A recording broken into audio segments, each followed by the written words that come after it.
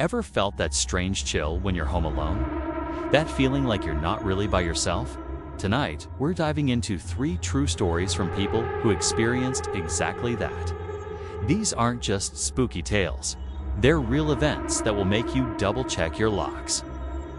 Our first story comes from a woman named Chloe, who was house-sitting for a wealthy family in a remote, sprawling mansion. The first few nights were peaceful, almost boring. But on the third night, she heard something strange, a faint, melodic humming coming from upstairs. She assumed it was just the old house settling, or maybe the wind. But the humming grew louder, and it sounded like a children's lullaby. Armed with a heavy fireplace poker, she slowly crept up the grand staircase. The sound was coming from the master bedroom. She pushed the door open, and the humming stopped instantly. The room was empty, but the window was wide open, its curtains dancing in the cold night air. The family had told her they never opened that window because it was painted shut years ago. She spent the rest of the night huddled in the living room, doors locked, jumping at every creak and groan of the house. Next, we have a story from a college student named Mark. He was living alone for the first time in a small, slightly run-down apartment. One evening, while studying, he heard a scratching sound coming from inside his closet. He brushed it off as a mouse. But the scratching became more frantic, more rhythmic. It sounded like someone was desperately trying to claw their way out. Mark, terrified, slowly approached the closet door. He could see it vibrating slightly with each scratch. Gathering his courage, he flung the door open. Silence. There was nothing inside but his clothes.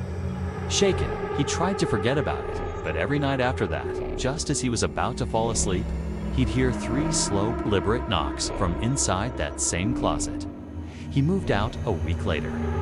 Our final story is perhaps the most unsettling. It involves a man named David who had just moved into his new home. While unpacking, he found an old, dusty box in the attic, labeled Family Memories. Inside were stacks of old photographs. As he looked through them, he noticed something odd. In the background of several photos, taken years apart, was the same shadowy figure, tall, slender man with a distorted, smiling face, always lurking just out of focus. At first, he thought it was a prank or a strange coincidence. But then he got to the last photo in the box. It was a picture of the attic he was currently in, taken from the very corner where he was sitting.